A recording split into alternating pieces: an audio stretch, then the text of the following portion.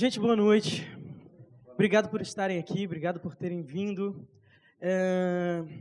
Hoje nós vamos receber no palco, nesse palco, uma franco-brasileira, eu posso assim dizer, embora ela tenha nascido lá e seja francesa, de Marsella, que chegou ao Brasil com 16 anos e que em 45 anos de carreira experimentou alguns diretores, algumas linguagens, processos e contribuiu muito para essa história teatral também. Ela chegou aqui na década de 40, quando o teatro brasileiro sofria toda uma transformação e renovação. Eu acho que dessa renovação ela participou. Então, senhoras e senhores, com vocês, Jacqueline Laurence.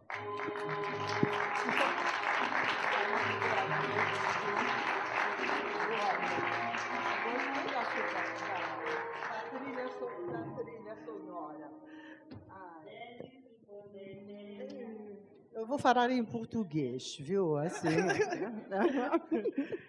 Nós escolhemos Piaf para te receber em cena. Mas muito bem. Porque a gente sabe que a musicalidade ela é bem presente na sua vida também, né? Nosso amigo em comum, Fabiano Canosa, disse que você canta lindamente em francês. Isso é uma loucura do Fabiano. Né? Tá ali Nildo Parente, que não deixa mentir.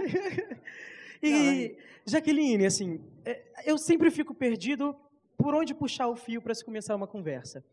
E eu acho que a infância importa muito na nossa história, né? Não sei se é artista, então eu queria perguntar, essa menina lá, essa francesinha de Marsella, ela já se interessava por artes? Como é que começou essa... Bom, já que a gente tem que começar a história por algum lugar, por exemplo, você falou sobre a infância, exatamente. A minha infância foi muito importante para mim, determinou muita coisa da minha vida, do meu desenvolvimento, porque eu passei a minha infância durante a guerra, uma guerra, né? Entre 40 e 45, a França vivia em guerra, era um país ocupado e pelos alemães, né, na época. Então, foi uma época extremamente conturbada, uma época em que, digamos que eu fui levada desde a infância a encarar muita realidade da vida, né? Digamos assim. E isso, acho que moldou muito a minha personalidade, a minha maneira de encarar a vida, a maneira como depois eu encarei o Brasil, né? Que era um país completamente diferente, evidentemente, do que eu tinha vivido até então. Eu tinha quase 16 anos quando cheguei aqui e eu tinha, digamos que, uma personalidade, ou pelo menos uma mentalidade formada, então.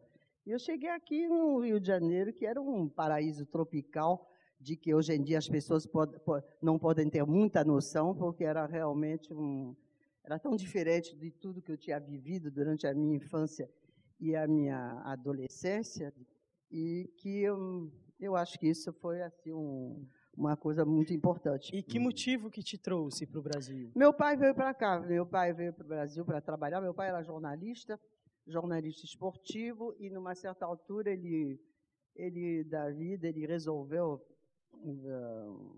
mudar de país, veio para o Brasil.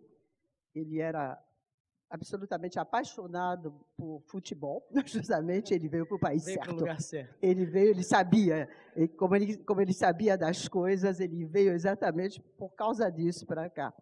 E aí ele desenvolveu a carreira dele toda aqui infelizmente ele morreu muito cedo, ele morreu com 58 anos.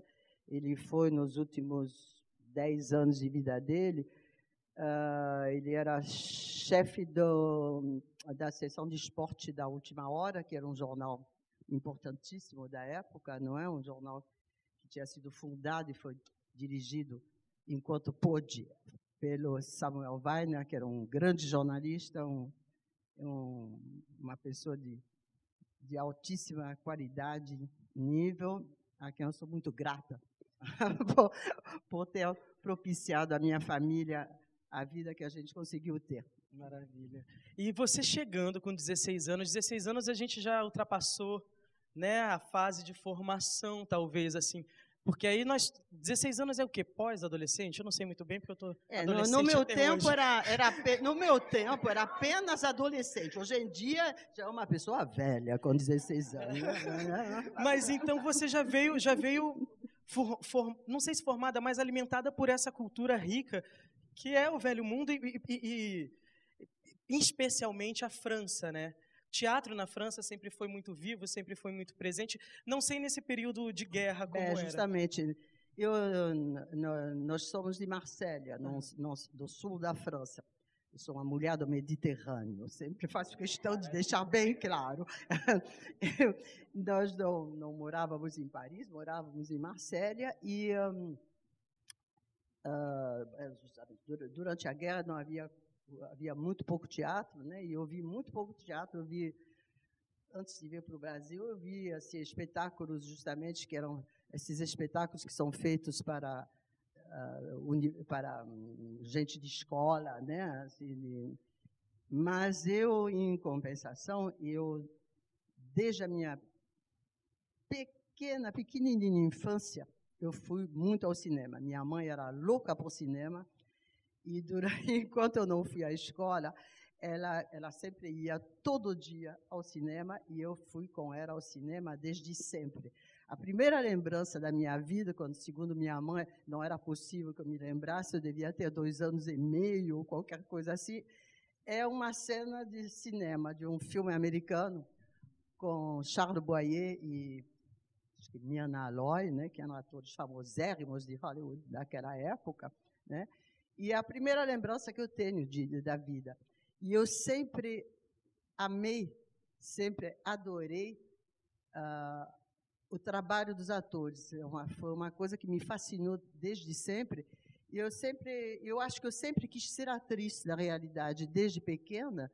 Eu sempre achava isso uma vida natural, uma coisa natural. Me parecia, minha família era quase toda de jornalistas, assim a gente conhecia muita gente, né, dentro daquele ambiente provinciano, digamos, daquela época no sul da França, mas mesmo assim eu sempre conheci gente de teatro, cantores, artistas em geral, né? E eu sempre achei que eu ia ser atriz. Eu achava natural, achava que eu ia ser atriz e pronto. E o que te encantava nessa atuação? A fantasia, talvez? A possibilidade de se viver outras coisas? Acho que eu não colocava bem assim. Eu tinha fascinação por ver as pessoas representarem. Assim, essa coisa, os atores, assim, eu ficava muito atenta a tudo que eu via no cinema e eu ficava fascinada pela representação. E eu acho, quer dizer, não sei nem se isso tem muita importância, mas eu acho que hoje em dia nem tinha pensado objetivamente sobre isso até agora, para te dizer a verdade. Mas eu, relembrando daquele tempo, eu tenho a impressão que eu sempre quis ser atriz. É claro que sempre quis ser, eu sempre achei que eu ia ser atriz, sabe aquela coisa assim? E aí, evidentemente, eu vim para cá, para o Brasil, para o Rio de Janeiro, com 16 anos, e aí, evidentemente, as coisas ficaram meio esquisitas, né, para mim, porque houve o quê? Um choque cultural? Não, pois é. Não porque se aí também não sabia o que eu ia fazer. Primeiro eu tive que aprender português, não tive muita dificuldade, porque falava francês, falava italiano correntemente. Quando eu vim para cá, uma parte da família da minha mãe é italiana. E eu tinha estudado latim, muito latim, de tal maneira que português não era uma coisa assim tão difícil. Mas, e aí tive que tentar entrar, né, nesse mundo, nessa cultura tão diferente. Aí sim, realmente, isso eu não sabia nada, eu não tinha nada, né? Mas aí eu fiquei um tempo... E onde que você foi parar? Onde é que foi o seu primeiro contato com o teatro, com aprender? É o seguinte, eu trabalhava num banco onde me chateava muito. Eu também ia ao cinema todo dia à noite, depois do banco, né? ir ao São Luís, na Rua do Catete, não é do seu tempo, você não sabe o que. Não, eu cheguei a ver a última sessão do São Luís, fechou. É aqui na praça, ali no Largo do Machado, talvez? Exatamente. Nós morávamos no Flamengo, e uma rua que ia desaguar na Rua do Catete, quase no Largo do Machado ali. Rua do Catete, que é próximo do Palácio do Catete, e o Rio, nessa época, se eu não me engano, era a capital, né? Ainda era capital, né? Então você estava ali do ladinho do poder. Bom, também nesse sentido, né? Mas eu ia ao cinema todo dia. Mas e aí não, isso vou chegar onde você quer, entende? Assim, como eu te disse, eu trabalhava o dia inteiro no banco, o dia inteiro, não, meio-dia a gente trabalhava naquela época. E à noite ia ao cinema, etc. Me chateava muito e não sabia o que fazer da vida. Até um belo dia eu li um anúncio no jornal, tinha um curso de História do Teatro uma coisa que se chamava Academia Brasileira de Teatro, da Fundação Brasileira de Teatro, que era dirigida por Dulcina de Moraes. Né? Aí vi aquilo e falei assim, bom, vou fazer esse curso de teatro, era curso de História do Teatro. Né? Assim, aí fui lá, e quando cheguei lá, tinha curso de interpretação, tinha curso de direção para quem quisesse, tinha de um tudo. E aí, pronto. Aí eu fiz curso de interpretação e me juntei à minha tribo, como eu sempre digo. Porque me encontrei, por exemplo, Nildo Parente, que você me disse que está aqui. Está ali. Companheiro. Assim que... E aí, pronto. Aí deu no que deu. E foi como foi.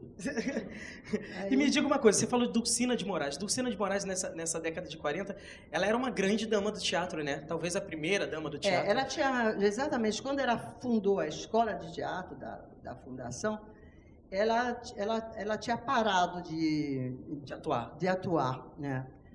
Mas ela era uma deusa, um ícone, assim, uma mulher extremamente divertida. São dessas coisas que só vendo que a gente, né, pode avaliar, porque são pessoas que tinham uma experiência, um conhecimento do trabalho delas. Era uma comediante extraordinária, e ela dava aula para a gente, e ela era extremamente, assim, dramática em tom de comédia. Um pouco semelhante contigo, né? Depois a gente vai falar nisso, porque você tem toda essa carga, toda essa postura elegante, quase aristocrática, no bom sentido, mas também, num outro extremo, você consegue fazer a comédia mais rasgada e consegue manter um humor né, um pouco de Dulcina. A primeira escola que você fez, então digamos que você foi uma boa aluna, né? Aplicada. Gostaria de chegar a Dulcina. Sabe que a Fernanda Montenegro sempre diz que a Dulcina foi a pessoa mais importante do teatro brasileiro moderno, né? Assim, ela sempre diz isso, e eu acho que ela tem toda a razão. Ela foi uma comediante extraordinária, e ela era uma mulher de teatro, ela era uma mulher para quem o teatro, como ela dizia para a gente, ela falava para a gente, nós debochávamos muito, que éramos muito jovens e muito críticos já naquela época, os colegas todos, alguns estão por aí, todos assim, conhecidos, atores hoje em dia, diretores. Ela dizia assim, querida, o teatro é um templo. Ela falava assim, o teatro é um templo, o que você fala tem que vir daqui. Ela falava assim. Era muito divertida. Mas ela tinha exatamente essa paixão, ela te dava a sensação de que você, para fazer teatro, você tinha que sentir que você pertencia ao teatro. Ela passava exatamente essa coisa. Ela era uma pessoa, ela pertencia. Ela era dessa tribo, né? Exatamente. O teatro. E ela falando com aquele humor, com aquela graça, aquele charme dela, ela te convencia, ela te fazia com que você se convencia de que você não podia estar aí a passeio, brincando, não. Você tinha que estar ali com uma vontade muito forte, exatamente de pertencer a esse mundo. Eu acho que nisso a Dulcina foi uma mulher extraordinária e, para todos que a conheceram, foi muito importante. Você sabe que depois ela fez a Fundação Brasileira de Teatro em Brasília, não é? Onde ela criou curso de teatro lá. Ela é responsável ainda por muita gente que saiu de lá de Brasília. Os irmãos Guimarães, que agora, né, que são diretores muito conhecidos de Brasília, que são assim os mentores, né, desse espetáculo do Guilherme Leme, que ele está fazendo agora, O Estrangeiro, não é assim? São assim, se formaram lá na faculdade da Dulcina, né? Entendi. Enfim, era... E fora a Dulcina, você teve como professor o Celli... todo mundo, os melhores da época. Da Gianni Ratto, Henriette Morinot, Maria Clara Machado. Zimbinski. A gente vendo esses nomes, Celli, Morinot, Ratto, Zimbinski, a gente vê que o teatro foi muito influenciado pelos estrangeiros, né? Que trouxeram... Alguns anos antes disso, vieram esses estrangeiros todos, como da Europa, da Itália, o caso do Zimbinski, da Polônia, né? Ele veio antes da guerra, aliás, eu acho, me parece, logo no início da guerra. E os outros não, o Celli, o Ratto, enfim, os outros vieram depois da guerra, nos anos 40, no final dos anos 40, 50, e... Por que a gente está falando isso? É porque a influência dos estrangeiros naquela época, no cenário... E eles eram... A gente teve a sorte que eram homens, todos eles eram homens de um talento extraordinário. Alguma coisa, por exemplo, o Celli era um homem muito jovem, ele mal tinha 30 anos quando ele começou a trabalhar aqui no Brasil. Mas já tinha uma competência, um talento, uma experiência muito grande. Todos eles, o Ratto era um cenógrafo famosérrimo do Piccolo Teatro de Milano, né, já naquela época. Eram homens que eles sabiam tudo, né, eles eram tudo. Nós tivemos muita sorte. Que bom. E Madame Morinot, você se reconhecia nela ou achava nela um traço? As pessoas insistem muito que eu tenho que me reconhecer em Madame Morinot, não que eu não gostasse e admirasse e não admirasse muito, era pelo contrário. Mas bom, talvez seja um pouco aquela coisa, assim, não, você não. Aí tem aquela coisa um pouco, né, digo que as pessoas tendem com isso, pelo menos para mim, né, assim, como era um verdadeiro monstro, né, um ícone, mas a Morinot, todo mundo tinha medo dela, né? Assim, ela dizia coisas terríveis para as pessoas depois das estreias. Era um fenômeno, era também uma mulher de uma competência incrível. Ela dava aulas fantásticas para a gente sobre teatro clássico, mas o problema é que como ela tinha vindo para cá, ela já era uma mulher, acho que de uns 30 anos, uma coisa desse tipo, assim. Ela veio logo no início da guerra para cá. E o problema é que, quando as pessoas fazem essa comparação, e fazem até hoje, graças a Deus, as pessoas estão morrendo, aquelas que conheciam muito, entende? Assim, então, já tem menos gente para falar, entende? Assim, mas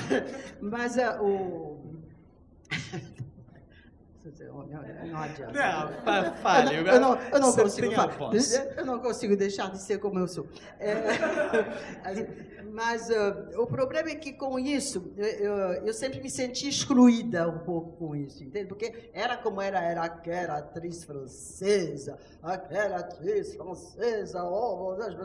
então, isso sempre me faz até hoje em dia, um pouco, como eu te digo, infelizmente, tem pouca gente para lembrar dela hoje em dia, mas eu sempre me sentia no no início, quando eu comecei a trabalhar, a trabalhar, aquilo eu me sentia excluída com essa comparação insistente. Você se considera uma atriz brasileira? Claro, eu espero que todo mundo pense a mesma coisa.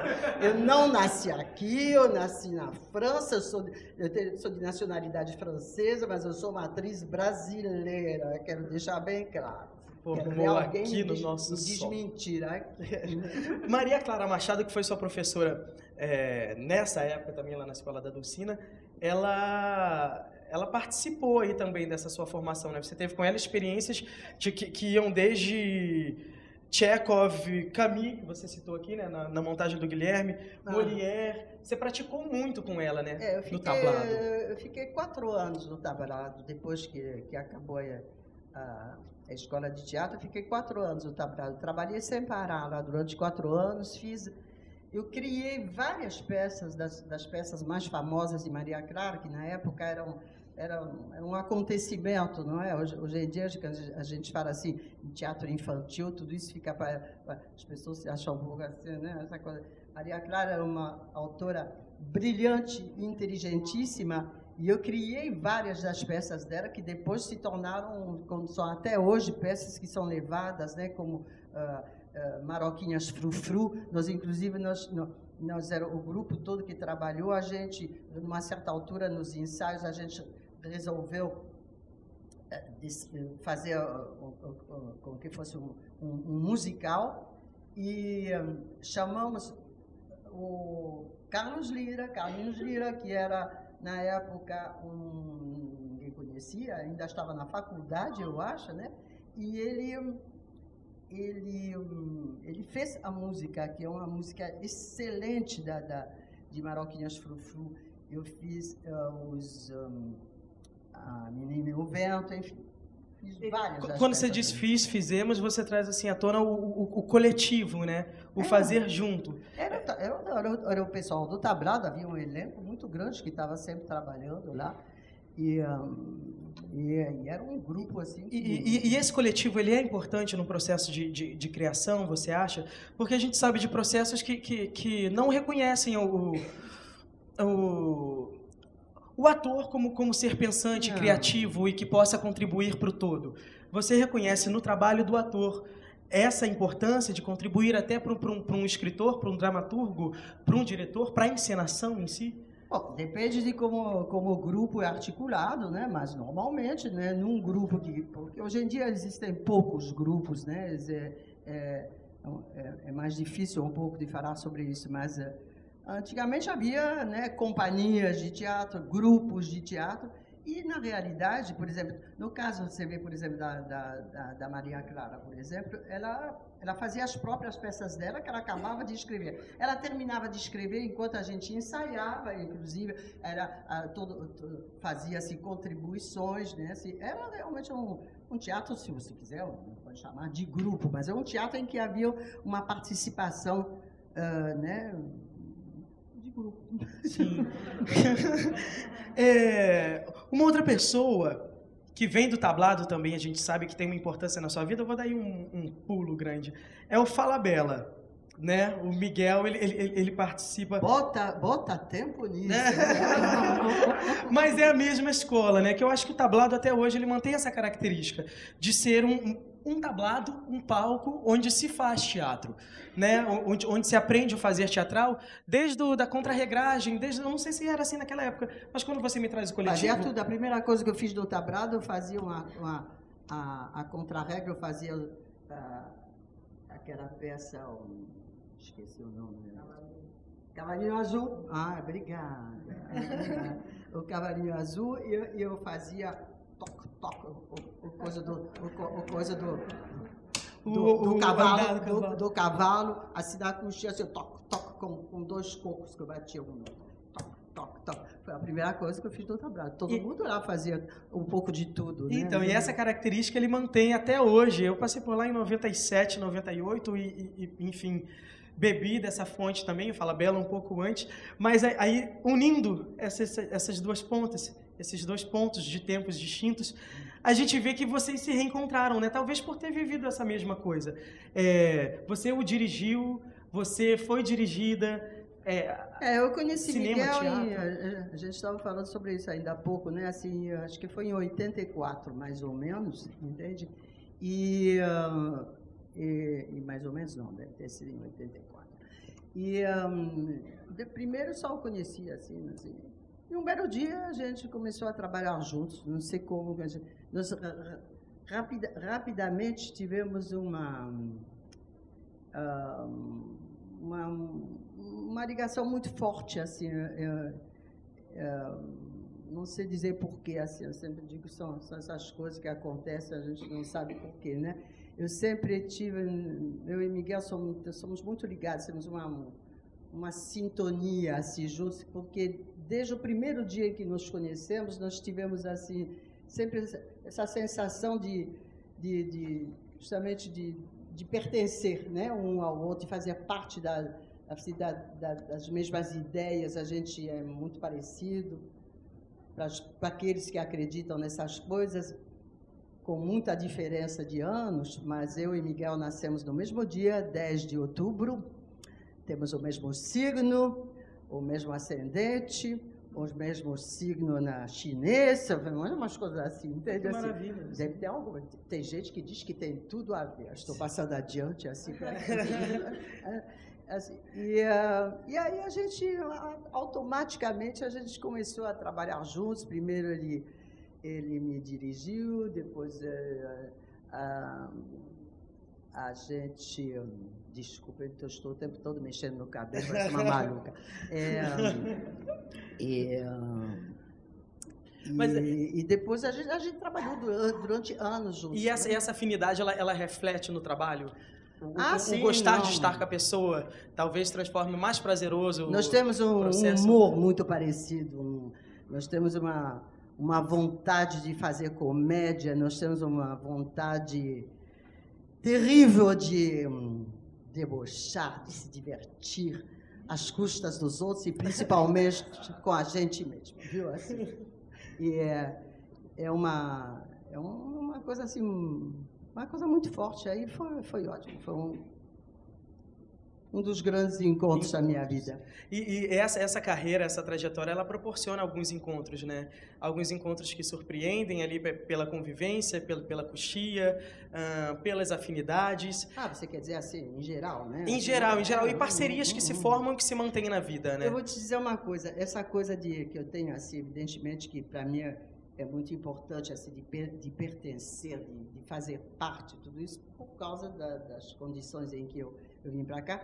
Eu devo dizer que eu tive muita sorte, porque eu, desde o início, desde que eu comecei justamente na escola de teatro, imediatamente, nessa época, eu conheci todas as pessoas que são até hoje os meus grandes amigos, e que são, disso não tenho que me orgulhar, só posso dizer que eu tenho muita sorte. Eu conheci pessoas da mais alta qualidade, do mais alto nível, como artistas, como pessoas, como personalidades. Então, até hoje, né, os meus grandes amigos são pessoas que são, assim, todo mundo conhece, Fernanda Montenegro, Fernando Torres, que não está mais aqui, infelizmente, né? Sérgio Brito, Ítalo Rossi, né? Todas, assim, Bárbara Eleodora, que não era crítica de teatro, não tinha nada disso, era uma estudiosa de teatro que apareceu um belo dia no tablado,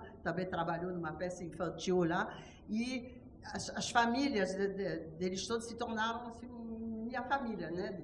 E então, eu sempre digo que eu me cheguei junto aos melhores. Ou talvez sorte, ou enfim, estava escrito. Mas eu consegui, assim, de algum momento, né? Foi assim, e foi uma coisa assim que, na época, eu não conhecia ninguém, não sabia quem eram as pessoas, todos eles, os que são atores, assim, que se tornaram grandes atores, diretores, etc., todos eles eram todos jovens, começando, de grande talento, mas, né, não tinha como eu saber que eles iam ser os melhores. Então, achei muito bom que tivesse acontecido isso na minha vida. Aos poucos eu vi que eu estava Bem acompanhada. Bem acompanhada. Não é nada como uma boa companhia. E a companhia, não sei se era companhia ou grupo, a experiência que você teve com a Amir Haddad a comunidade, não era? Nos anos 60. A Amir, que é uma pessoa difícil, complicada, entende? Assim, mas eu sou muito grata a ele por um motivo. Quando foi justamente em 1968, eu estava muito mal, assim. Eu quase deixei de fazer teatro nessa época, porque minha carreira estava muito mal, eu só fazia papéis péssimos, quarto ou quinto papel de peças horríveis, enfim, é uma merda total. E eu estava assim totalmente desgostosa, me lembrei muito de meu pai, que me tinha dito: minha filha, você vai ter muita dificuldade, se você querer ser atriz aqui neste país, você está chegando agora, você não tem nada a ver com essa cultura, você vai ter um problema de fala durante muito tempo, etc. Isso foi quando eu falei para ele que eu ia fazer o curso de teatro, que eu queria ser atriz. Muito antes desse. E aí, mas aí realmente as coisas não estavam nada bem para mim. Um dos fatores, eu sempre me dei muito, quando eu comecei a estudar teatro, a fazer teatro, fiz poucas coisas, fiz coisas pequenas, etc. Mas eu, apesar do meu sotaque, apesar de tudo, eu sempre tive muita sorte nesse sentido, fui muito bem tratada sempre.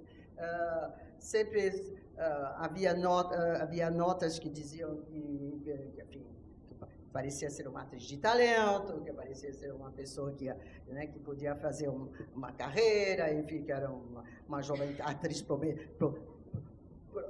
prometedora, é isso? Promissora. Promissora. De vez em quando o francês volta. Você está assim, citando né? as críticas, os relatos. Tem um aqui do Ian Michalski, que escreveu a respeito de uma experiência que você teve com a Amir, até. O marido vai à caça? Mas isso é depois. Isso é bem depois, né? Bem depois não, mas é depois. Mas aqui ele diz que Jacqueline Laurence solta e quase grão-guinholesca, dosando adequadamente a vulgaridade e a gimp aristocráticas, sustenta com muita personalidade as suas cenas. E o Oscar Araripe escreveu em relação a esse trabalho no Correio da Manhã. Estou achando pouco elogio, porque...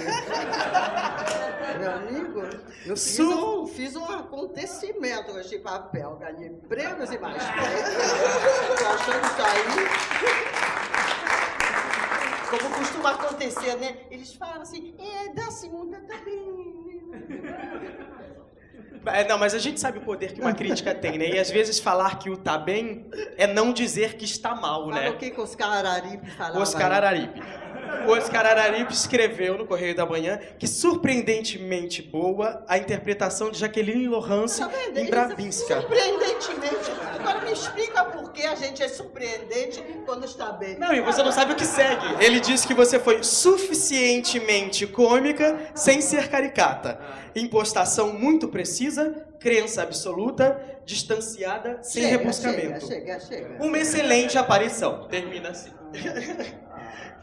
Mas, então fale desse personagem. Você estava querendo falar... Não, esse personagem nós inventamos, eu e a minha. Mas eu só queria te dizer, para contar um pouco a história, sem exagerar, sem me estender demais, o que eu queria dizer é o seguinte, justamente em 68, foi exatamente em 68, eu estava desistindo de ser atriz, porque eu sempre tive inúmeros outros empregos e várias outras coisas, entende? Sempre a vida toda, trabalhei em escritórios, fiz de tudo na vida. E aí eu não estava gostando nada do que eu fazia, e eu ia parar, realmente, de querer ser atriz. E aí foi aí que o Amir me chamou para trabalhar nesse grupo que se chamava Comunidade, que é um grupo que tinha sido fundado por ele, Paulo Afonso Grisoli. Quem? Tite de Lemos, exatamente, e mais umas outras pessoas que eu estou esquecendo e peço desculpas. Entende-se que era um grupo amador, né? mas um grupo assim de pesquisa, né, de teatro, etc. E o Amir me chamou para fazer uma peça que se chamava A Construção, de um autor nordestino, paraibano, se não me engano, chamado Altimar Pimentel. Essa peça era uma peça excelente. O Amir recortou a peça toda, ele cortou, montou, fez aquilo que se faz em cinema. Ele fez um novo roteiro, né, digamos, com a peça, né?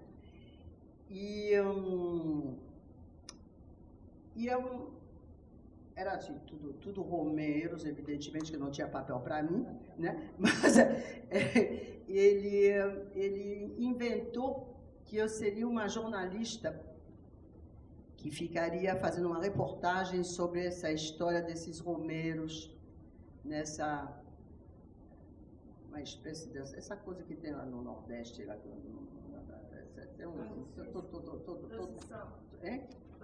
procissão, essas coisas que tem. E na época havia uma grande jornalista italiana que se chamava Oriana Falati, que era uma jornalista internacional que fazia reportagens no mundo inteiro, na guerra do Vietnã, ela estava em toda parte. Dizem que depois ela virou um demônio, assim, uma pessoa super fascista, super desagradável. Na época não era assim. Ela era famosérrima na época. E aí ele ele inventou um personagem, que era eu, para eu fazer do jeito que eu quisesse.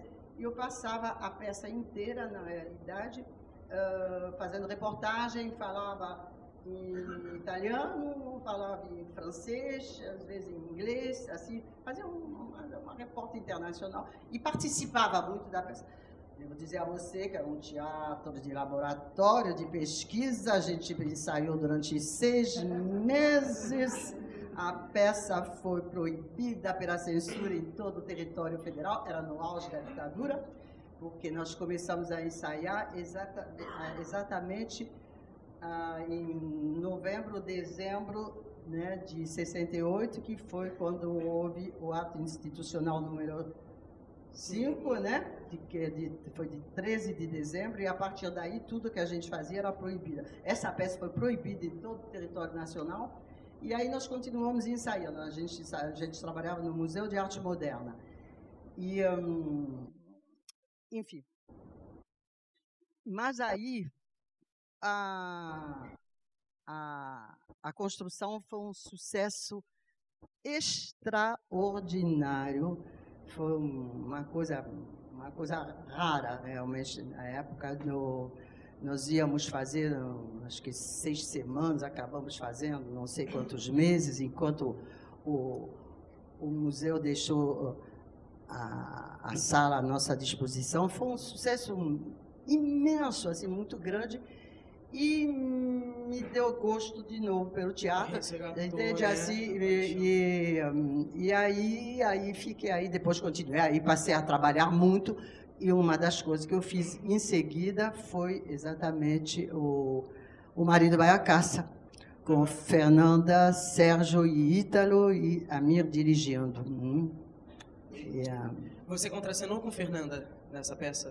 Sim, eu fazia uma dona de bordel que recebia aquela senhora e cantava coisas para ela, para enlouquecer, para ver se ela dava para o moço que vinha depois. O moço era Ítalo Rossi.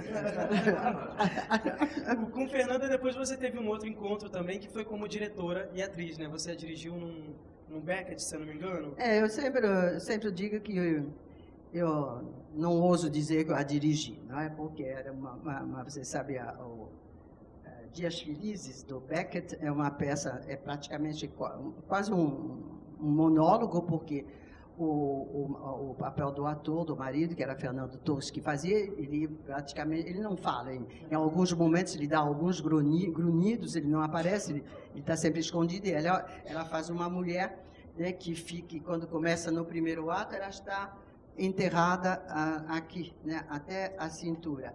E no segundo ato, ela aparece enterrada até a cabeça e ela continua falando. Evidentemente que não, nós trabalhamos juntos, fizemos, enfim, estudamos o texto e trabalhamos, e, enfim, aquilo que a gente chama de trabalhar, que é, né, ensaiar e pesquisar e buscar tudo juntas. Não estou querendo dizer que eu não fiz nada, mas, evidentemente, quando você tem uma peça como essa, aqui, com uma atriz como a Fernanda fazendo, né, esse papel, o papel do diretor é muito facilitado. É o mínimo que se pode dizer, não é? E você estreou como diretora com Beckett, não com esse, né? Pois é, Dirigindo André Vale, pois é, exatamente, André Vale e Pedro Veras.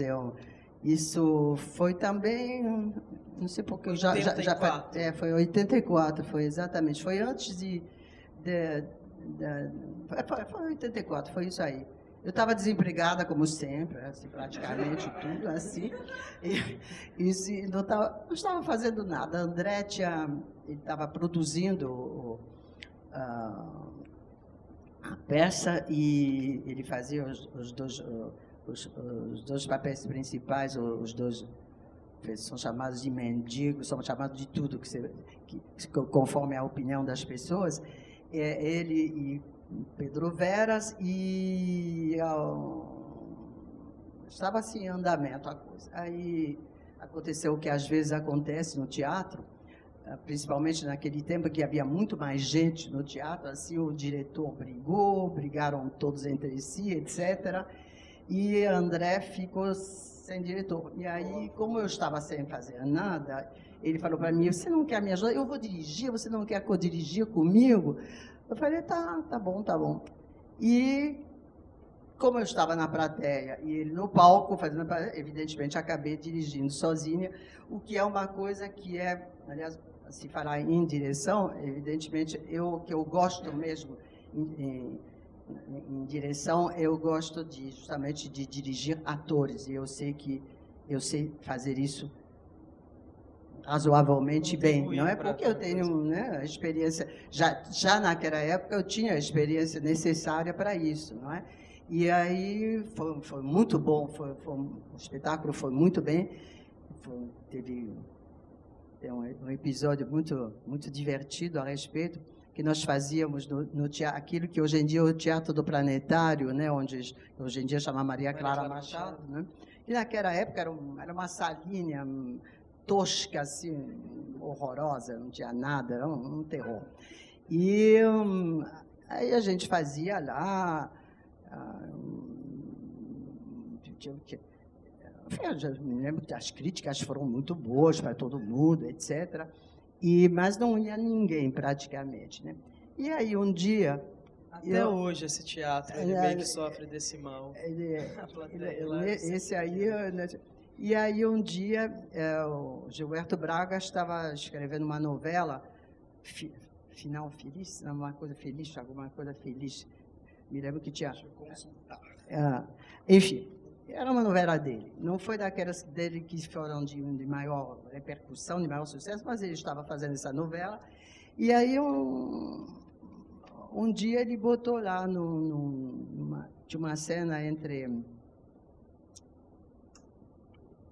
Lauro Corona... Dancing Days, não? Não? Dancing Days botou antes.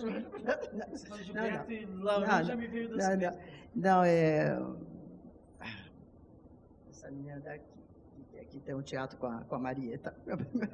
Andréa Beltrão. Tinha uma cena entre os dois, um falava para o outro assim, vamos ver, diz que está levando uma peça esperando Godot, né, não sei se falava no Teatro Planetário, dizem que é muito bom, então a gente vai ver amanhã.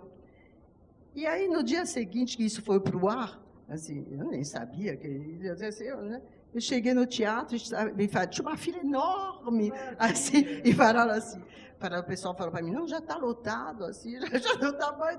Eu falei: mas como, o que é isso? Aí me contaram isso. Foi depois no dia seguinte, que houve esta cena rápida, assim, aí a partir daí a peça lotou durante o fim da temporada. Você vê que... A gente percebe isso, não sei se nos textos do Gilberto, mas assim, me recorre que sim, ele sempre usa a novela como um serviço, né? Ele indica filmes, indica peças. Isso é a TV em serviço, em prol do teatro, né? Você acha que essas artes, agora que você já trouxe a TV e você tem, sei, 20, 30 experiências em teledramaturgia, na pesquisa eu vi, você vê a diferenciação entre a linguagem, ou você vê que a TV e o teatro elas caminham juntas? Como é que você vê esses diferentes campos de trabalho para um ator, enfim, para o diretor, para um artista? Você acha que elas caminham juntas, que essa coisa que o Gilberto experimentou nessa novela é possível até hoje, ou você acha que em algum momento elas se separaram? É meio difícil responder a isso, porque é uma coisa muito difusa, né, digamos assim. Digamos que para os atores, né, na minha opinião, né, eu acho que é igual fazer teatro, fazer televisão. Interpretar. Eu acho que deve se fazer da mesma forma, deve se falar da mesma forma, deve se, entende? Assim, eu acho que interpretar é isso. Agora, o que acontece é que desde que começou assim, o auge da teledramaturgia, como você diz muito bem, o sucesso imenso em que se converteram as novelas da TV Globo, né? Porque, né, quando se fala em televisão, a gente só pode falar em TV Globo, é isso aí, né? Evidentemente que as coisas foram, né, tomando um caminho, se desenvolvendo, né? O trabalho na televisão foi de outra forma. Passou-se a começar a fazer tudo, né, usando muitos atores muito jovens, e em que a beleza, a juventude, a graça, né, passaram a ter muita importância. E aí, evidentemente, esses atores muito jovens, inclusive sem nenhuma experiência outra, se desenvolveram de outra forma, entende? Não passaram a ser atores que são os mesmos no teatro ou na televisão, né? Você reconhece no teatro, eu acho que aí, por isso é difícil isso, entende? Assim, eu acho que se você é bom ator, se você tem talento, você vai se dar bem de qualquer maneira. Mas o que eu quero dizer é que o trabalho, né, digamos assim, a maneira de se colocar, né, você não tem como querer que os atores muito jovens que não têm outra experiência né, não sei como é que eles fazem. Eles representam de uma maneira, acho que o pessoal chama de naturalista, né? Né? Assim, tem aquela grande vantagem do famoso microfone, né, querido? Que não precisa ter voz, não precisa ter voz impostada, né? Então, isso modifica a maneira de se chegar a uma interpretação, entende? É muito diferente. Você acha que o teatro é, sim, importante na formação de um ator? Bom, seria ideal que fosse, sim, claro. Você, para fazer teatro, você tem que ser ator de teatro, você tem que fazer teatro, você tem que estudar teatro. Só assim você vai ser um ator. Para praticar isso. Existem, evidentemente, umas exceções de algumas pessoas de muito talento que desenvolveram uma carreira importante e valiosa, sem ter feito muito teatro, sem ter estudado muito teatro, mas... Se você tivesse que recomendar... São exceções, entende? E são raros. Para você, para ser ator, você tem que estudar teatro, você tem que aprender, você tem que ler, você tem que conhecer, sabe, aprender o que é o ser humano, né, dentro da sua essência, né, que você aprende com os grandes clássicos, desde o teatro grego até qualquer experiência de hoje em dia. Né? O ser humano, você fala assim, o ser humano, porque às vezes a gente pega um personagem e não reconhece como uma pessoa, né? Por ser uma pessoa criada, talvez a gente não reconheça a humanidade. Eu não sei, eu estou pensando nisso agora também. Mas você acha que o laboratório para a cena, da onde o ator tira o que pôr em cena, é na vida vivida? É na sua vida como ser humano? Você acha que a vida é a fonte de inspiração para a arte? Jaqueline, eu estou aqui viajando. Bom, a vida é sempre bom que seja inspiração para tudo, né? Mas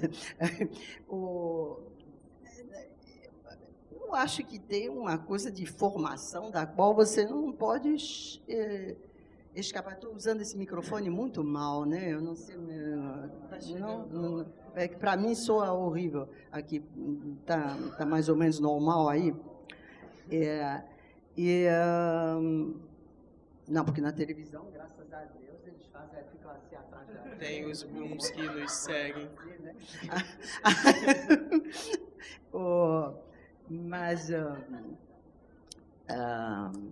não, eu acho que você tem que estudar, né, os grandes textos clássicos, né, porque através deles, quando você é muito jovem, você vai aprender exatamente, você vai aprender tudo sobre a vida, né? Por que os gregos são os gregos até hoje, né? Até hoje se fala, né, do teatro grego, da tragédia grega, né? Assim, porque os gregos, né, eles localizaram a essência do ser humano, entende? Nos textos deles. E isso evidentemente que quando a gente é muito jovem, a gente aprende na vida conforme a vida da gente mas você tem que beber em fontes assim, né, mais estudadas, conhecidas, porque senão você não vai chegar lá, não, você não vai conseguir, né, enfim. Enfim, você trouxe agora o teatro grego, que é a fonte de tudo. Quando a gente pensa num grande clássico, a gente vai para lá e lá está a referência, como você bem disse. Esses grandes clássicos, você tem no seu repertório, nas suas experiências, muitos clássicos. Você acha que é importante se montar hoje, remontar, reler? Você acha que o clássico é o clássico e ele é universal e ele é eterno? Até hoje tem importância e contribui levar o clássico para a cena? Os textos importantes, clássicos, entende? Eles são a própria essência da vida, né? A própria essência do teatro. Você tem que chegar neles para aprender uma série de coisas, para desenvolver uma série de qualidades em você, né? Para saber encarar justamente a vida, o palco, né? O outro dia até falei isso aqui. O Albert Camus tem uma frase, né, dele, numa entrevista que ele deu, quando estava vivo, ele falou assim para uma jovem atriz qualquer, um jovem ator, acho uma jovem atriz da época, ele falou: se você quer viver de verdade, faça teatro. Porque para você fazer teatro, você tem que chegar ao âmago, à essência da vida, né? E nesses textos clássicos, vamos deixar bem claro, não estou falando só das tragédias. As comédias de Molière são, né, verdadeiras aulas em todos os sentidos, aulas de vida, aulas de estilo, aulas de teatralidade, não é assim?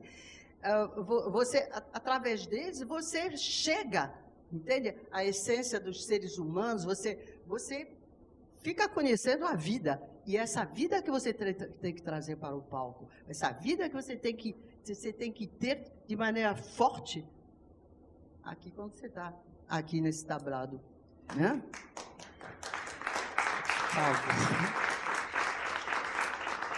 Ainda falando dos clássicos, você acha que um clássico ele pode ser montado de uma outra maneira, de uma maneira que releia aquela obra? Releitura é uma palavra muito na moda, né? Reinventar, reler, ou ele tem que ser respeitado e ser apresentado sempre da maneira clássica e formal? Como é que você vê? Não, eu acho que se pode fazer. O problema é o seguinte: quando você faz, por exemplo, uma peça de Molière, né? Bom, Molière é uma parada dura, né? Porque ele passa por tudo, né? Assim, porque como ele é por tudo nesse sentido que ele está sempre criticando, né? E o gênero humano, que continuou mesmo até hoje, então é uma coisa que é extremamente, que facilita você pode transpô-lo, né, aos dias de hoje, numa boa, né? E quase todos os grandes textos, eles tratam exatamente, sem me repetir, mas me repetindo, porque é difícil dizer de outra forma, eles todos trazem a essência, né, dos homens, do ser humano, seja em que estilo e sob que forma for. Então, eu acho que pode se fazer muito bem, entendeu? Você vê, por exemplo, Romeu e Julieta, né, que foi feito pelo grupo Galpão, né, de Belo Horizonte, né?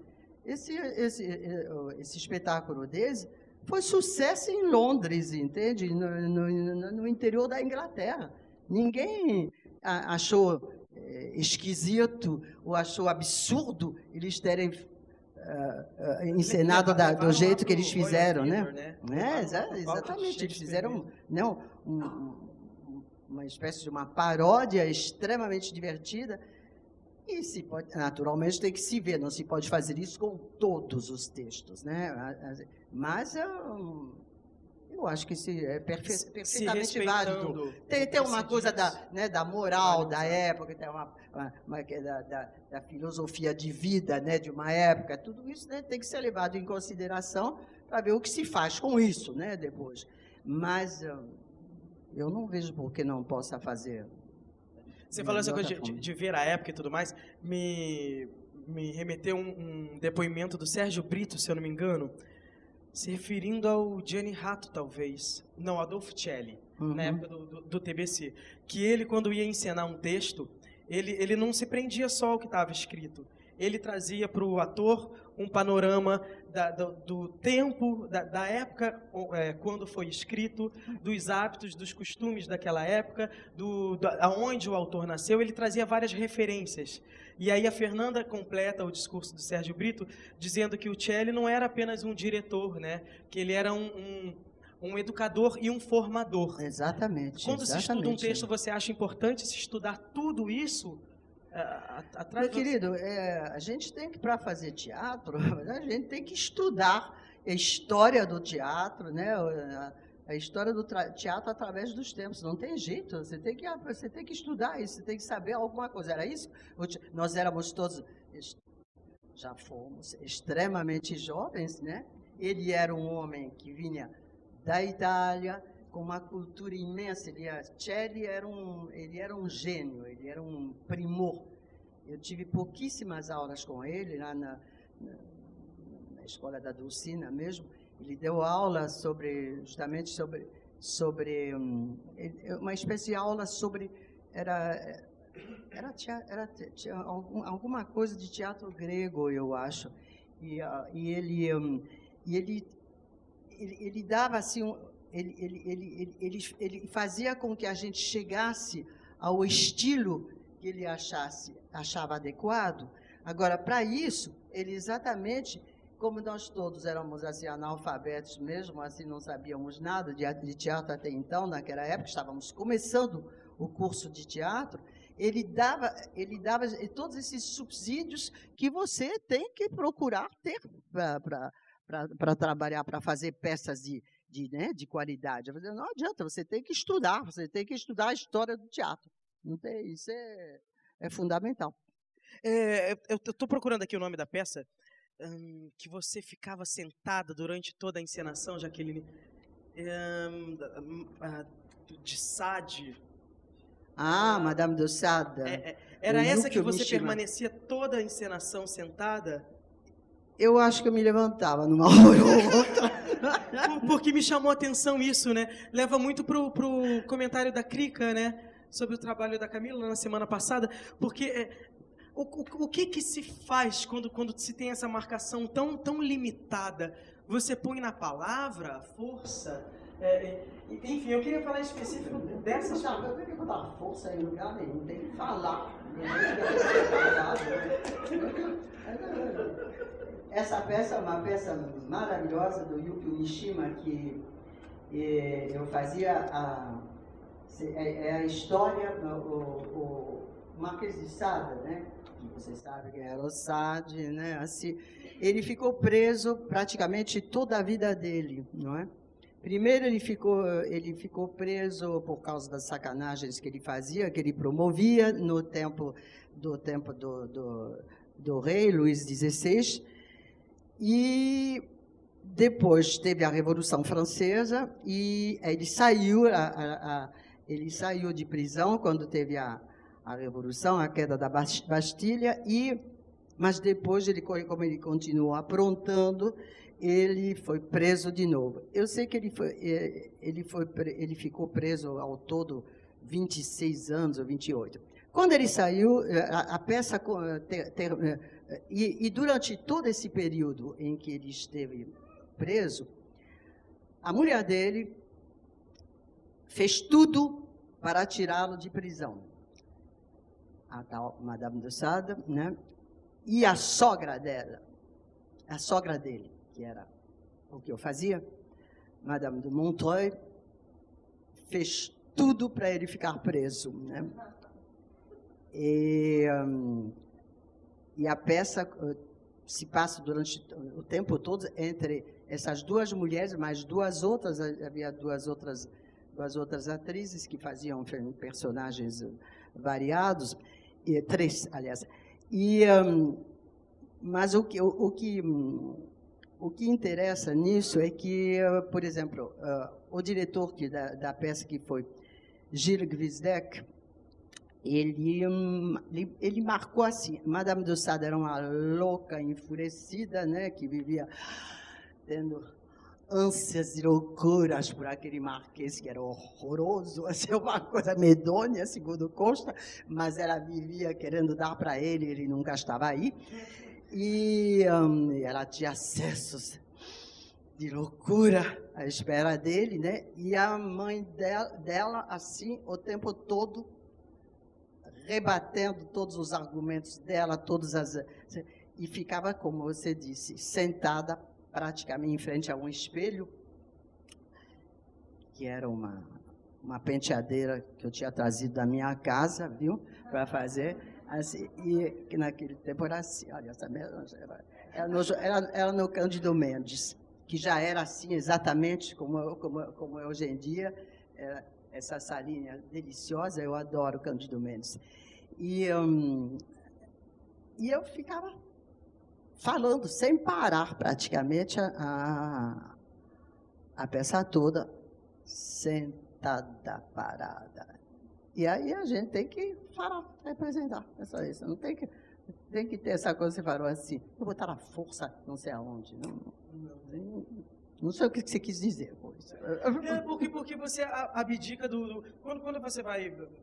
sim, você agita muito. Não, você pensa no corpo, você pensa na voz e tudo. Ali você... Mas a voz perde a composição. A voz, ela corresponde à maneira como você está em cena, como você se comporta. Se eu estou assim, a minha voz, a maneira de eu falar, a maneira de encarar as pessoas é completamente diferente se eu me levantar e resolver falar com a plateia ou discutir com você. De um jeito que eu gosto ou que você não goste. Entende? Completamente diferente. Sim. Isso é que é representar. Não precisa levantar nem sentar.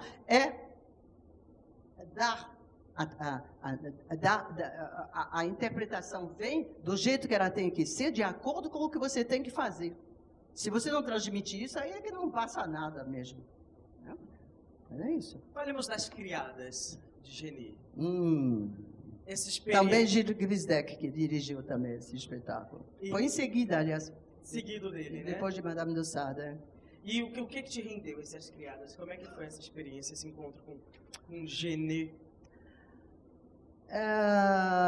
É um papel maravilhoso, foi muito, muito bom para mim, sem dúvida nenhuma, porque, bom, eu fazia uma mulher maravilhosa, ainda estava aproveitável naquela época, entende? Assim, eu fazia uma mulher maravilhosa, divina, entende? Assim, uma roupa divina, deslumbrante, E as pobres duas outras eram duas criadas, vestidas de preto, malditas, infelicíssimas, coitadas, que eram Dina Asfati e Susana Faini, da qual depois foi substituída pela Itaranante. O papel a peça é uma peça muito, muito boa. E esse papel, eu só ficava 8 minutos em cena. Ela aparece a madame, acontece tudo, a vida dela muda 2 vezes enquanto ela está em cena.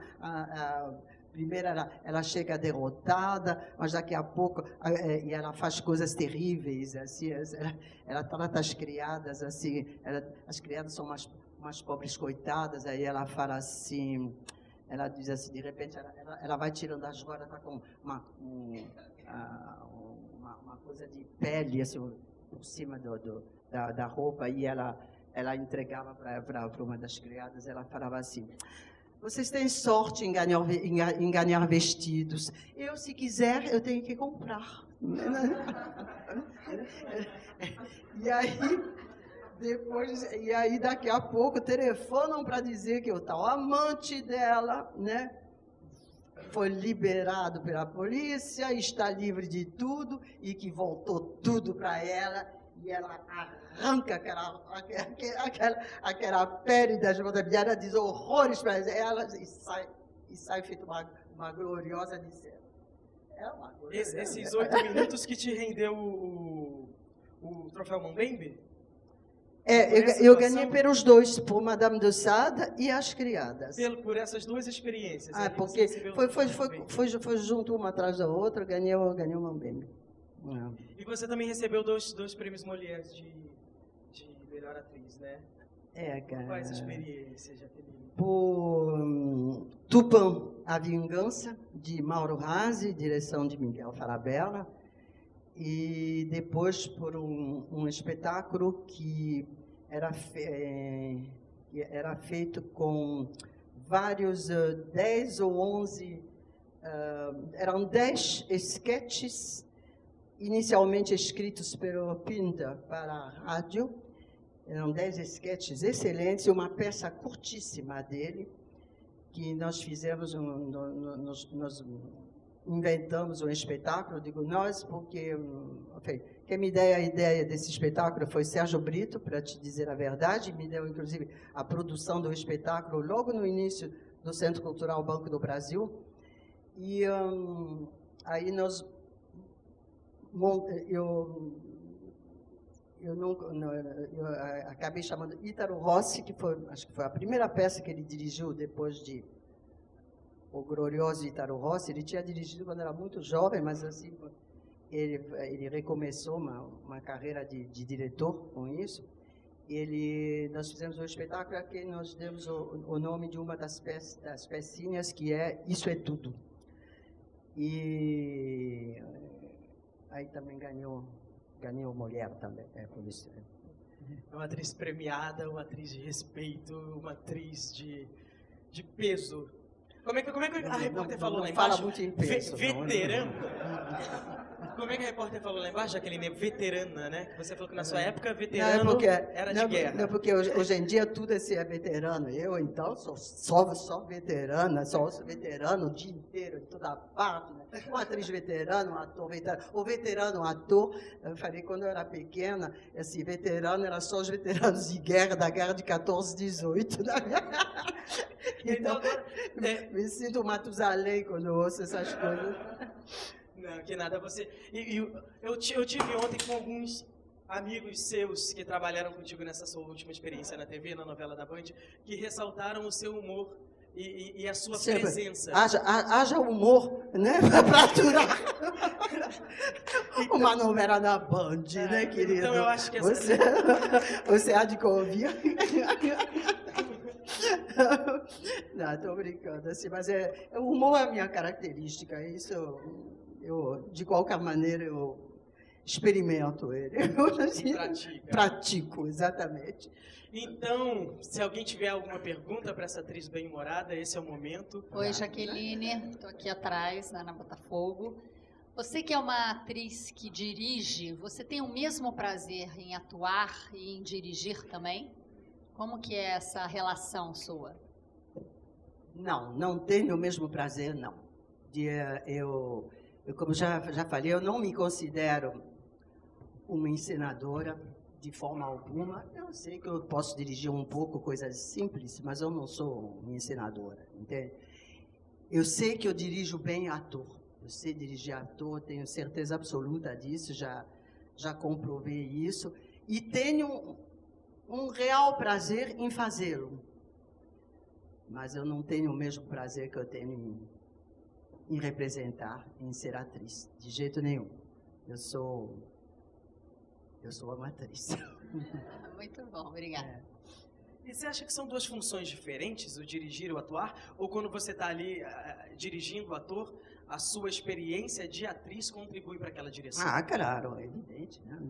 Evidente, porque a experiência, a partir de uma certa altura da vida, a experiência que você tem, você traz com você o tempo todo, né? Assim, então, você se acostuma a observar, né? Tem uma coisa no trabalho da gente que é fundamental, né? Você se acostuma, você observa, né? Quando você faz teatro, você passa a sua vida observando, deduzindo, né? Entendendo certas coisas, não é? E aí você automaticamente, para você dirigir, por exemplo, é a mesma coisa que a gente tem como ator, né? A gente vai, né, observando e usando em si mesmo, mas você usa né, na direção, né, da mesma forma, né? Assim, é isso aí. É observar. A gente tem que ficar observando muito. Tá? Eu, de vez em quando, em cena, aliás, quando faço, por exemplo, essa peça que eu estava fazendo até agora, estava fazendo há quase 2 anos, que é As Eruditas de Molière, né? Eu tenho assim eu tenho que me vigiar em cena assim, porque eu tenho uma tendência, eu fico observando os outros, não sei o que, de vez em quando eu vou me distrair, entende? Assim, porque né, assim, isso é uma coisa que a gente tem que ter cuidado. Mas é bom você observar, né? Você não, quando você faz teatro, você não consegue não observar, porque como ator, como atriz, no palco, o que acontece é que você tem que estar ligado, né, nos outros, nos colegas. Então, há uma troca, mas se você, sem querer, você se distrai, aí você fica observando só os outros, entende? Assim, e aí se distrai, o que não é legal. Boa noite. Aqui. Sim. Vocês falaram, você passou por ótimos professores. E uma curiosidade, depois de passar por tanta gente boa, você, óbvio, que teve o seu filtro e toda a maturidade agora que você tem da tua carreira, como é que é hoje o teu processo de criação? Como é que você prepara um personagem? Como sempre, né? Quer dizer, você estuda um personagem, tudo tem a ver com a peça, com o estilo que se pretende, né? A forma que se quer dar, né? Assim. E, hoje em dia, evidentemente, né? Não é mais como quando eu era mais jovem, como todo mundo, né? A gente, né? Estuda o personagem. Não que a gente não estude, eu espero que todo mundo estude, assim, inclusive eu, entende? Assim, hoje em dia, mas o problema é mais do que a gente desenvolve uma técnica, né? A gente vai colocando, né? Assim, toda justamente essa experiência, né? Que a gente carrega, e você acaba sabendo o que você tem que fazer. Às vezes a gente tem até a sorte de ter um bom diretor, é raríssimo, vamos deixar bem claro, entende? Infelizmente, mas vão me matar todos. Assim, mas teatro é teatro, a gente faz sempre da mesma forma, né? Assim, eu já não sei mais como é que a gente estudava personagem, eu já vou olhando, assim, né? Assim, não acho que você queria que eu falasse assim uma coisa mais elaborada, mas realmente eu não. eu estou um pouco incapacitada agora, nesta altura da vida. A intuição ainda está presente nesse processo de criação e de nascer? A intuição é tudo em teatro. Se você não tem intuição, você não vai ser ator nunca. Não vai fazer nada, nunca. Você tem que deixar viajar, você tem que deixar a intuição te levar. Você não pode ser ator, você não pode ser diretor, se você não tiver intuição teatral, se você não sentir que agora tem que falar, ou agora tem que falar assim, e agora você tem que dizer para, não fala assim, não faz essa bobagem, entende? Assim, né? Não faça assim. O que você está fazendo aí sentada? Né? Levanta, faz. Entende assim? Mas isso é só a intuição que te dá. Não adianta as pessoas estudarem, para isso elas não vão conseguir jamais. Intuição é tudo em teatro, claro, é bom estudar um pouco, sim, né? Ter alguma cultura, né? Ajuda, né? Como eu já falei bastante, eu acredito, mas que a intuição é tudo, é. Jaque, sou eu, Marcos. Eu defendi a nossa relação de trabalho. Eu adoro a sua verdade, né? Você sabe disso. Eu adoro a sua sinceridade, porque eu acho que falta na nossa classe hoje em dia, e nós podemos dizer isso porque nós somos 200 hoje em dia, nós podemos falar isso com muita propriedade, porque temos uma visão muito abrangente, e gosto que você, independente da amizade, você chegue, né, custe o que custar, mas sempre com muito respeito, com muita elegância, com muita propriedade. Estou falando tudo isso porque você tocou num ponto, como eu já também te produzi dirigindo, você é muito sincera na direção, você é muito objetiva, isso ajuda muito. Mas todas as atrizes, quase sem exceção, que passaram por esse palco, e na maioria também que trabalham conosco, elas questionam muito o que você coloca assim, ser dirigido. Hoje em dia tem uma questão entre o encenador e o diretor.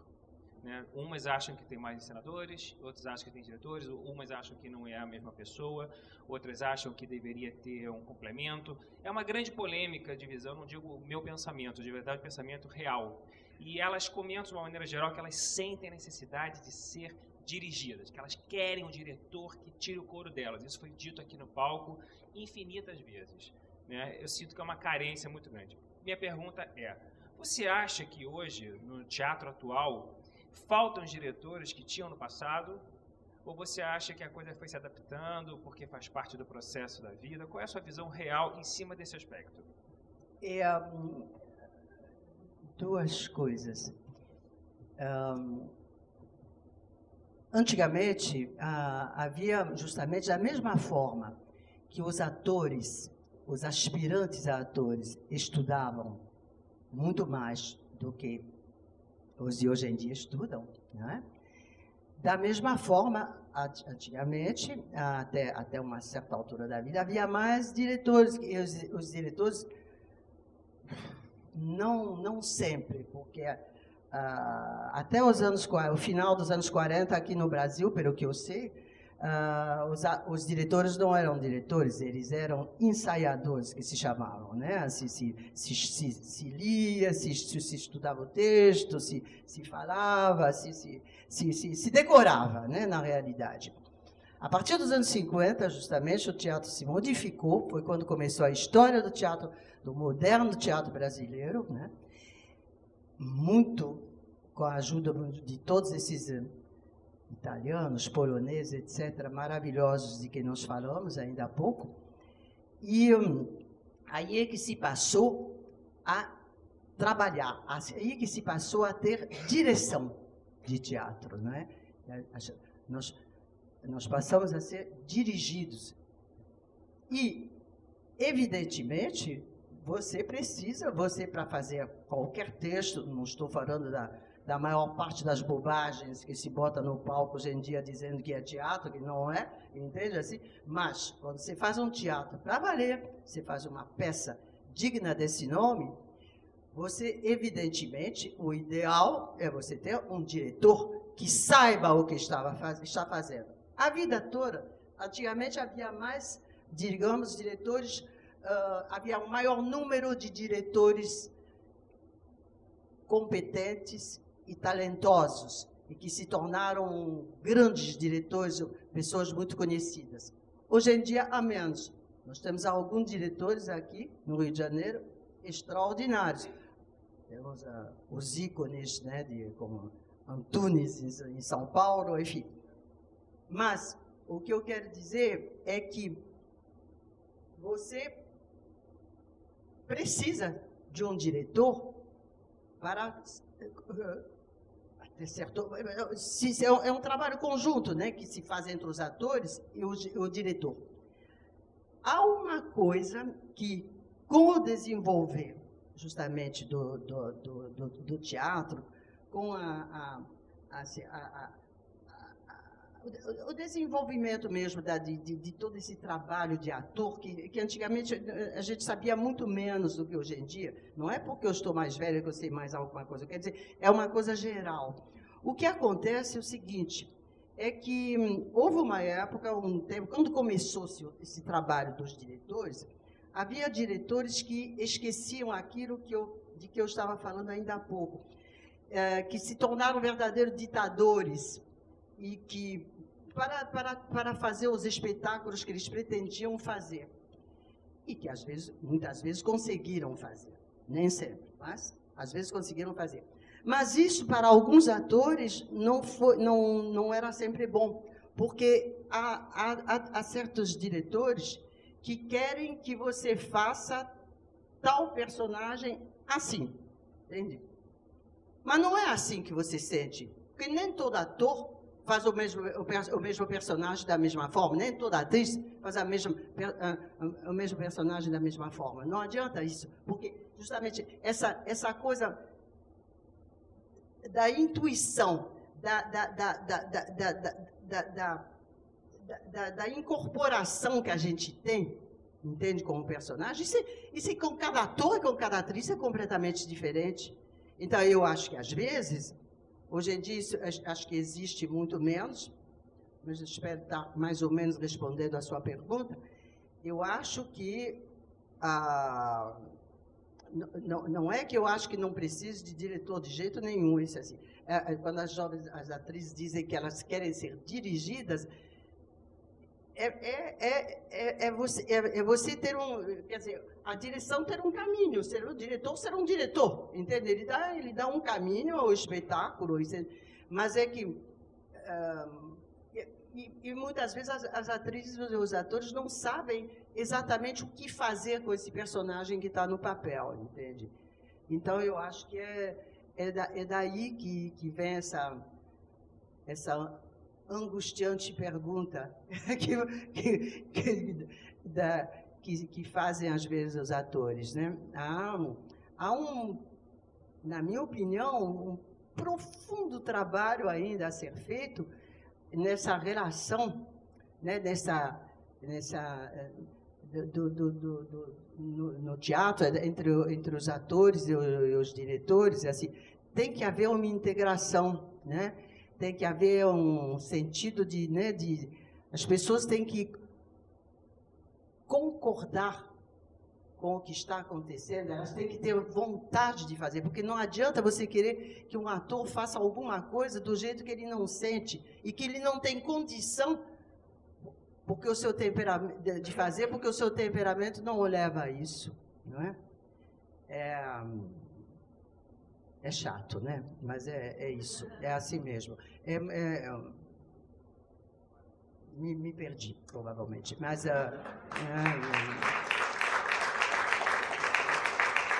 é difícil da gente conceituar, porque, enfim, como eu falei ainda há pouco, já estou começando a me repetir, mas assim, é tão forte, né, o que a gente sente, né?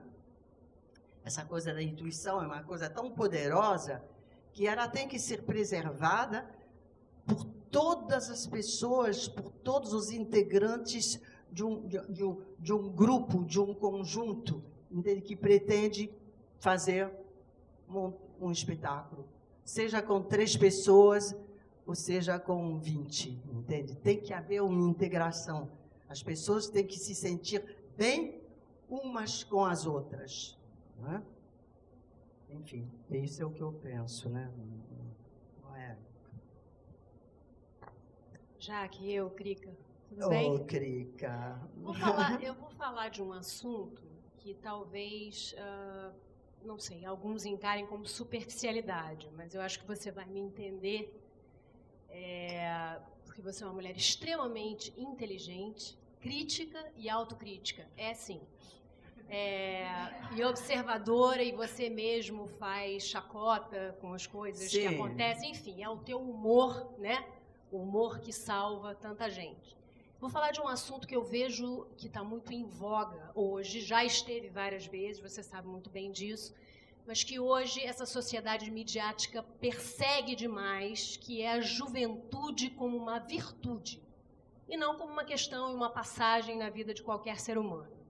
Eu sinto o seguinte, que vocês, atrizes da sua geração, que tiveram embasamento, que tiveram um estudo, que participaram de grupos de teatro, que se viram, mesmo que não quisessem ou que não tivessem vontade de conhecer o teatro clássico, a literatura clássica e tal, é uma coisa que fazia parte, vocês tiveram um aprofundamento e um conhecimento muito grande.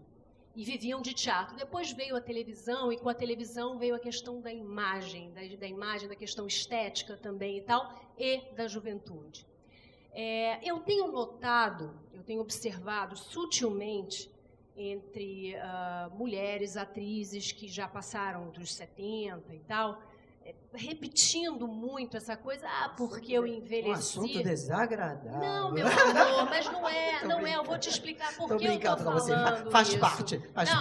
Eu acho que é interesse de mulheres e de homens também. É exatamente por essa supervalorização é que a gente percebe. Eu estou com 45 anos agora, enfim, a gente já começa... Parece 25, obrigada, graças a Deus. E a gente começa a perceber que existe uma valorização muito grande nessa área, e a minha cabeça é outra. Eu sou uma pessoa que tem uma curiosidade infindável, eu procuro estudar, eu procuro me aprofundar, eu sou muito curiosa. Mas eu percebo que, de repente, tem algumas, tem outras não, que são até... já estão há muito tempo no teatro, desde os 16 anos e tal, que é de uma outra escola. Mas eu sinto que, de repente, é uma supervalorização. Como você vê, daqui a 10 anos, 15 anos, nós que estamos vivendo isso de uma forma mais acirrada, quer dizer, essa coisa da vaidade sendo muito mais valorizada do que era na tua época. Pode ser que eu esteja errada, eu não vivi a sua época. Não. Né? Essa coisa da globalização da mídia, dessa exigência muito grande. Vou lhe dizer uma coisa, o mundo está de um jeito que as coisas vão continuar exatamente como você diz que estão hoje. É a ordem natural das coisas. Tudo bem, hoje em dia nós vivemos num mundo, esqueci como é que chama esse mundo de hoje em dia. Globalizado, neoliberal, liberal, sei lá o quê, assim, tudo isso, em que a vaidade é usada, faz parte da vida, né, das pessoas. Esses meios de comunicação que nós temos, né, a começar, evidentemente, pela televisão, agora todos aqueles aparelhos com os quais vocês vivem pendurados, aí, todas aquelas coisas. Aquilo tudo vive em função da imagem, da beleza, e não, é bom que continue assim, entende? Eu acho que aos poucos vai ser a mesma coisa, como antigamente não se requeria, não havia televisão, né? Então as pessoas iam fazer teatro, se elas tinham talento, elas faziam teatro e pronto, né? Hoje em dia é muito bom que haja muita gente muito bonita, muito jovem, né? Eu sei, claro, mas os que não são jovens e os que não são bonitos, mas são atores. Pois é, mas é exatamente o que está acontecendo, né? Você tem aqui na sua frente, exatamente, uma atriz de mais de 70 anos que não trabalha quase, entende? Assim, que faz papéis mínimos na televisão. Que faz, né? Isso não te magoa? Você não questiona isso? Olha, eu procuro não me amargurar com isso, porque senão fico puta da vida, isso sim, entende? Mas a realidade é essa, né, querida? Não adianta. Isso é válido para todo mundo. Posso te falar isso com a maior tranquilidade, porque é minha amiga, minha irmã, de quem eu vou falar, e ela fala isso para todo mundo, ela não falou só para mim, entende? Assim, Fernanda Montenegro, quando fez Central do Brasil, Ela tinha 70 anos, ou 71, 71. E ela me disse, e depois ela disse isso muitas vezes, assim, nas entrevistas que ela deu, ela disse, serei, evidentemente, eternamente grata a Valtinho Salles, que me deu um papel, principalíssimo, o papel central de um filme a uma mulher de mais de 70 anos. Entende? Então, você vê que ela sabia exatamente, é disso que nós estamos falando. Quantas mulheres, quantas atrizes fazem um papel principal em algum filme? É claro que é porque ela é Fernanda Montenegro, mas se ela não fosse, ela também não teria feito, como eu também não fiz, você compreende? E muitas outras atrizes, muitas, nem tantas, porque nem tantas sobrevivem, mas é isso, atores e atores. Os homens têm um pouco mais de sorte que a gente. Os homens têm mais sorte. Os mais velhos continuam sendo mais procurados do que as mulheres, realmente. Isto é um fato, entende? Porque eles podem ser considerados homens ainda muito gostosos, apesar de ter 70 anos ou mais, eles continuam sendo homens, ou continuam sendo bichas loucas, ou continuam, entende? Assim, ou continuam sendo interessantes, mas tem uma coisa que é mais fácil para os homens, tem mais papel, tem mais trabalho para os homens, na própria televisão, na própria TV Globo, porque é sempre dela que nós estamos falando, né? Você vai ver que tem muito mais atores de uma certa idade do que mulheres. Como dizia minha mãe, de uma idade certa, minha filha. Você desculpa eu ter feito essa pergunta, mas eu acho que é uma coisa que também querida, faz parte, incomoda muita gente. É uma coisa que tem que ser encarada por todo mundo, é uma coisa que é bom todo mundo e saber, se tratando entende? de você, Jaqueline, em especial, eu acho que você não se acomoda com tudo isso. Porque você continua fazendo as suas eruditas, você continua fazendo o seu teatro, porque você sabe que esse aqui é um lugar seguro, onde é permitido e onde aqui, essa idade certa, né, se mostra, se aflora, e toda essa experiência que é subjugada. Pelo palco, né, não esbarrar nos móveis todos, entendeu? Não ficar completamente cega, entendeu? Vou me aguentando. Gente, olha, eu estou vendo que tem aqui a Ari Kozlov está aí, eu não posso deixar de falar, entende? A gente estava falando de diretores, tudo isso. Né? Ele que é o diretor desse espetáculo maravilhoso que está sendo levado aqui nesse palco. Né? Ele dirigiu esses 3 atores de maneira maravilhosa, um espetáculo maravilhoso. Ari, meus parabéns. Não posso deixar de falar. E eu completo que, assim, você ressaltou a direção no teatro, eu experimentei o Ari como diretor de TV. E ele é um diretor de TV que respeita e reconhece o que o ator pode contribuir. Ele é um diretor muito inteligente, generoso, criativo. Segundo alguns atores, atrizes mais velhas me falaram, entende? Assim, elas falam para mim, não, o Kozlov é dos poucos que falam alguma coisa para a gente. É dos poucos que dizem, é melhor fazer assim, é melhor fazer assado, assim. E falam alguma coisa para a gente, os outros não dizem nada. E ao lado de Ari está Linildo Parente, como a gente ressaltou lá na frente, né? Tem uma participação importante na sua vida, assim, em termos de um parceiro, de uma pessoa, né, que está ali sempre junto. E eu sei que vocês fazem duetos ótimos com músicas. Você não vai querer que a gente cante agora, né? Não, o Nildo é capaz de cantar agora, eu não. Eu preciso ensaiar muito. Ele não, ele canta assim. Não, mas o Nildo é aquele velho companheiro, entende? Cúmplice. Desde os tempos da escola de teatro, a gente trabalhou inúmeras vezes juntos. Você dirigiu? Eu já dirigi você, Nildo? Você jura? O Doente Imaginário, você vê? Me amparo um pouco nos clássicos, entende? Alguma para terminar? Eu tenho. Boa noite, Jaqueline. Boa noite, Meu nome querida. é Juliana, eu estou na novela agora. Que saí novela? na novela das 7, Três Irmãs da Globo. E saí da escola agora. Caí lá Qual? Da Cal? da EAD, lá em São Paulo. Ah, da EAD? Uhum. É. E aí, assim, você passou rapidamente pela coisa televisão e pelos jovens na televisão. E eu fiquei aqui encasquetada com uma pergunta, que é o seguinte: o jogo... Deixa eu só dizer uma coisa para você. Você falou, passei por cima, porque isso aqui, em princípio, é para a gente falar sobre teatro, né? E, como eu acho que eu deixei claro numa hora qualquer lá em que falamos sobre interpretação, para mim é a mesma coisa, viu? Eu gostaria que fosse igual. E acho que... Desculpa, fala aí. Você quer Não, continua! Porque eu quero saber isso. Porque, na verdade, assim, o que eu senti foi uma diferença muito grande no jogo da interpretação. Então, acho que a dinâmica da televisão ela é muito diferente da dinâmica que acontece no teatro. No teatro, você tem a repetição, você tem tempo para aprofundar. Não, né, você personagem, decora, você ensaia, né? Você tem ensaio, você exige. tem Na a televisão, decupagem, não. você tem o refinamento, você pode elaborar o texto com mais precisão, com mais, enfim. Eu vou te dizer, eu não sou uma pessoa que acha a televisão um horror, eu quero deixar bem claro, absolutamente. Adoraria fazer muito mais televisão e melhor do que eu faço.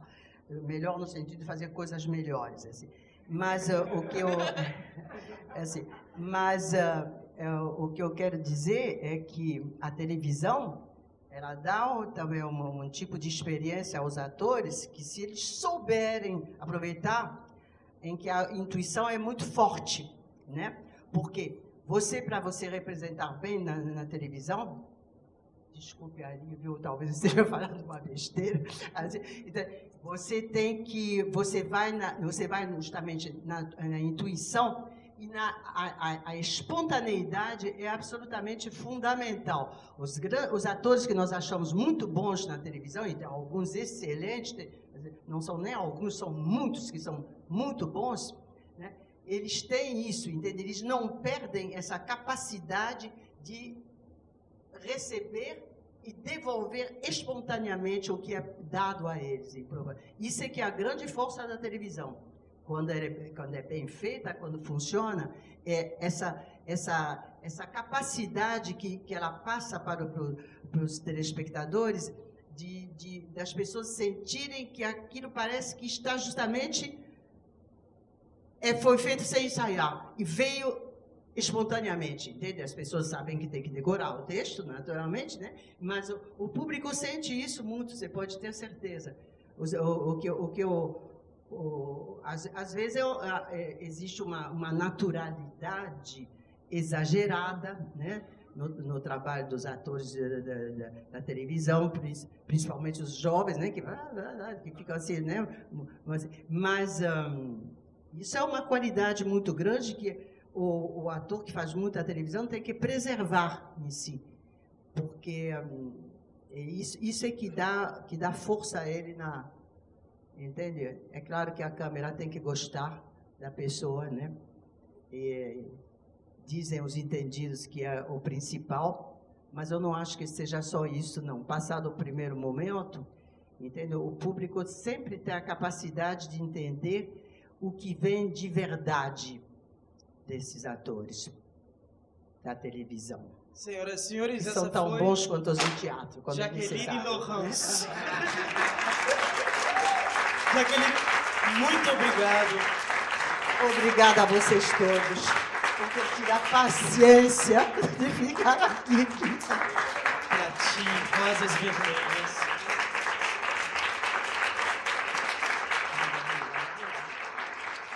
Obrigado a vocês. Eu acho que o nosso projeto Semana que Vem dá uma parada.